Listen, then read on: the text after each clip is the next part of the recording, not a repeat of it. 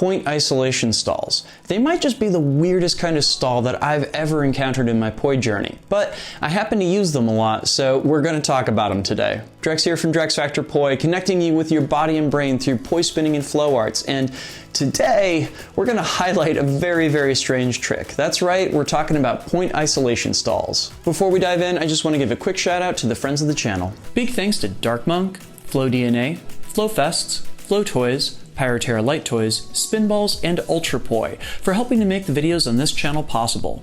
You can learn more about all of these awesome companies and the work that they're doing to support flow artists like yourself by checking out the links that I've got down in the description of this video. So I have taught stalls again and again and again on this channel, and I kind of have this like core idea of how I go about teaching them that I think is really effective, and I just kind of find different ways of approaching that same issue. But it's dawned on me recently, as I've been doing a lot of combo tutorials that require them, that I've never really talked about some of the more exotic stalls that are possible with poi. And for my money, it really doesn't get any more exotic than the point isolation stall.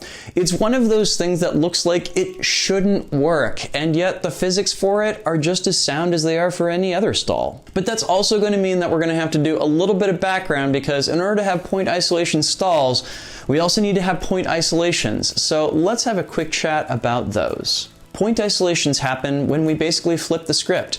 That is, instead of the poi spinning around our hand, it's our hand that spins around the poi head. And it should be said that absolutely everything we learn about spinning poi tells us that these should otherwise not be possible. There are no moments when we really have full control over what the head is doing. We kind of just have to lead it around and hope for the best. And I won't lie, in most cases I avoid having to do a full point isolation like the plague, but that doesn't stop there from being some really cool applications for doing half of a point isolation at a time. One such example is a transition that involves pendulum versus cap.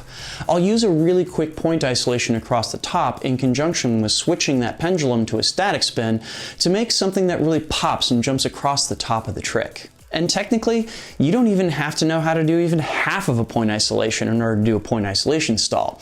You just have to understand the basic concept. So we're going to start off that lesson with a simple pendulum. And yes, it seems like you couldn't come up with something that is more different from a point isolation, but stick with me here.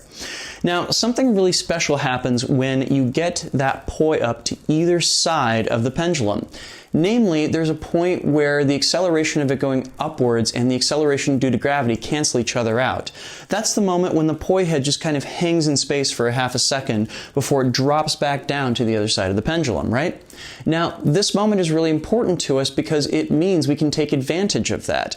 Namely, I can, say, bring my hand directly over the poi head when it reaches the zenith of the pendulum, and when my hand gets directly above it, all the forces on the poi head cancel out. I know, it looks like magic, doesn't it? The trick here is that I'm swapping out where the movement is coming from. Namely, I'm going to do a quarter circle with my hand in order to get it above the poi head. This effectively just stalls the poi, just the same as it would be if I were to do a conventional stall. The key here is switching back and forth between the pendulum and that stall. You want to think that as the poi goes back and forth in that pendulum, it's completing half a circle.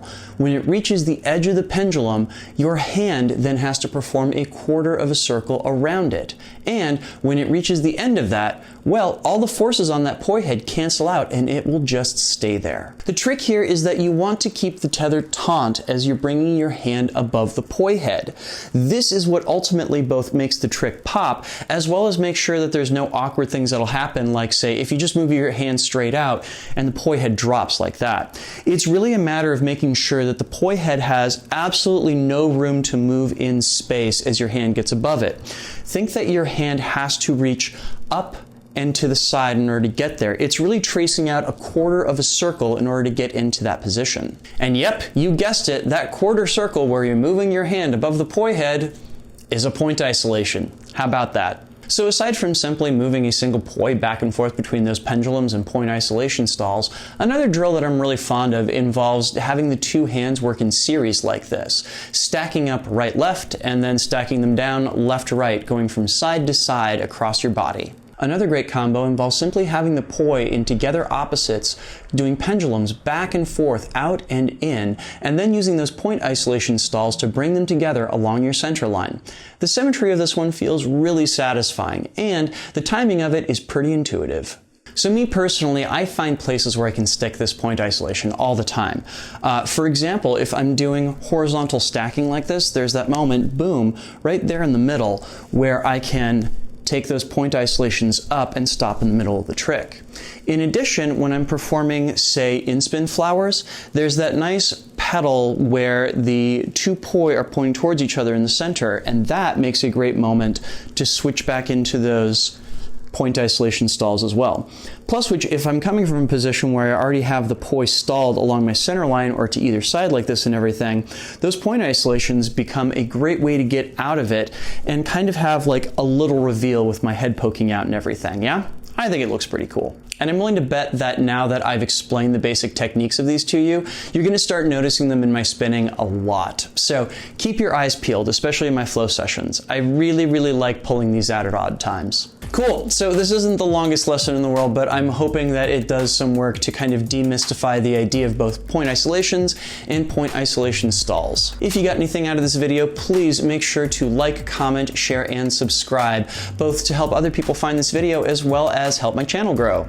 And of course, a huge thank you, because this video would not be possible without the kind contributions of these amazing folks right here. These are my Flow patrons over on Patreon, and they, along with the wonderful folks listed down in the description, make this video and all the videos on this channel possible. If you would like to sign up to support this work that I'm doing, helping people connect with their body and brains via poi spinning and flow arts, you can do so by heading on over to patreon.com/DrexFactorPoi and signing up. You can get early access to all of my content, as well as a say in what topics I tackle in the future. Plus which, you can also get some cool behind the scenes and extras content there too. So go and check that out. Please and thank you. So did you enjoy this trip through a very different kind of poi stall? Would you like to see some of the other exotic poi stalls that are out there? Or would you like a discussion on the concept of 0 points from which stalls derived? I would love to find out. Leave me a comment, let me know what are your favorite tricks that make use of point isolations and their stalls, and whether you'd like to see more stall-based content from me and everything. This Friday, you'll have another flow combo from me, so keep your eyes peeled for that. And in the meantime, make sure that you get out and do a little bit of flowing today, yeah? Awesome. I'll see you soon.